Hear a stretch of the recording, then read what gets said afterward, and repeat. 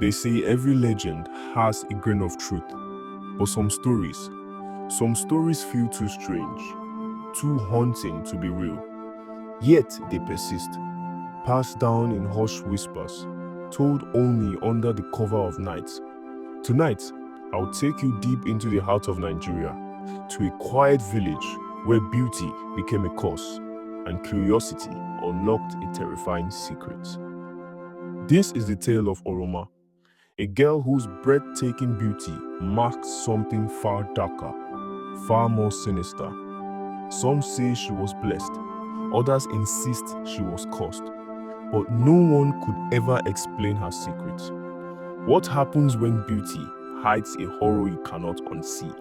Stay with me as we unravel a story that will chew you to your very core. But remember, some truths are better left undiscovered. Let's begin. Let me take you back to a long time ago, in a kingdom nestled along the lush green plains of what is now southern Nigeria. In this kingdom lived a very young woman named Oroma, whose name was whispered on the lips of all. Oroma was the definition of beauty, not just physical beauty, but an aura, an allure that made people stop and stare. Yet, what truly captivated everyone wasn't just her face, her smile, or even her kind demeanor. No, it was her hair.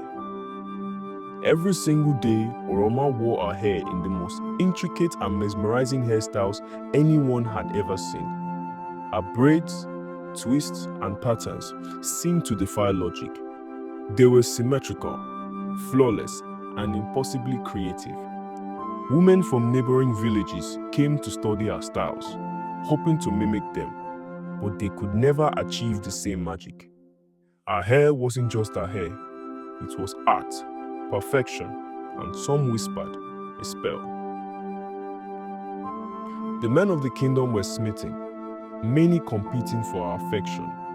The women, however, felt a mixture of admiration and jealousy. They envied her beauty, but were even more intrigued by her secrets. Where did she get her hair done? Every time someone asked, Oroma would smile softly and say, "It's just a gift." But gifts like that didn't seem natural. The older woman whispered behind her back, wondering if she had struck a deal with spirits. Others speculated that she had inherited some ancient power. Her refusal to answer questions only fueled the gossip. Over time, Oroma became more of a mystery. Some admired her silently, others began to resent her. How could one woman have it all? Beauty, grace, and the ability to craft hairstyles that seemed like they came from another world?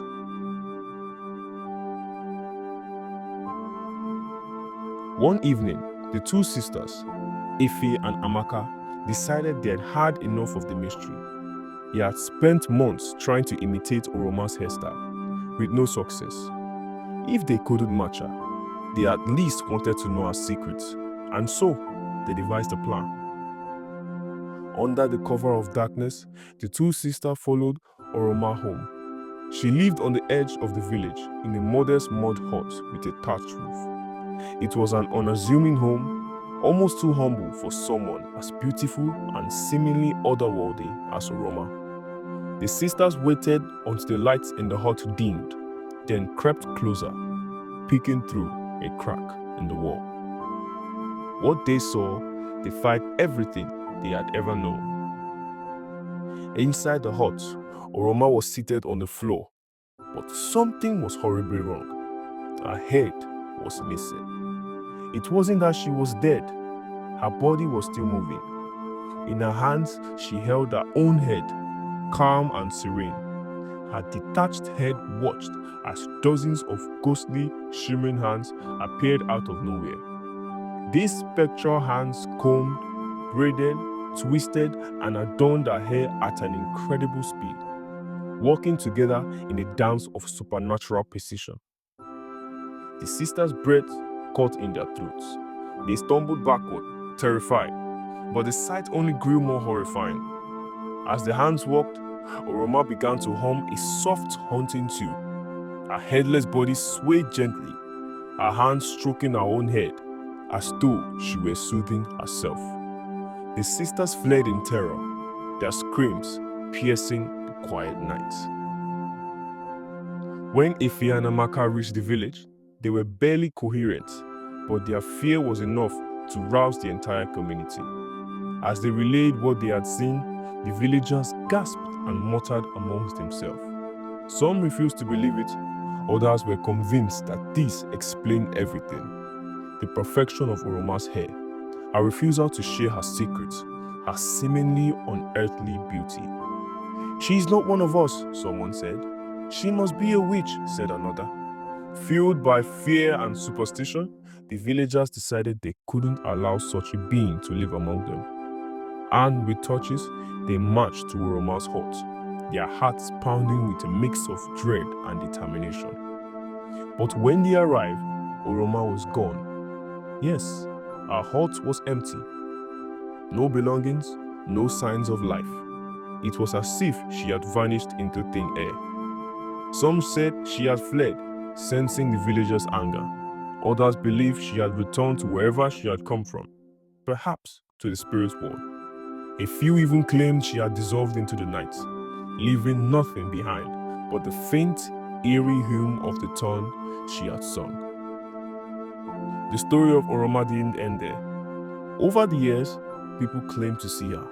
Some swore they saw a beautiful girl with impossibly perfect hair walking through markets or along forest paths, only for her to disappear when they looked closely. Others said she would appear in dreams, silently brushing her hair, her detached head cradled in her arms. In some versions of the tale, Oroma is seen as a tragic figure, a young woman cursed to live between worlds. Her beauty blows a blessing and curse. In others, she is feared as a dangerous spirit, a witch who preys on those who dare to challenge her. Even today, whispers of Oroma persist. If you ever see a woman whose hair is too perfect, too intricate, too otherworldly to be human, look carefully. You might just be looking at Oroma, a headless girl who braids her own hair. But be warned, once you see her secret, you may never sleep soundly again.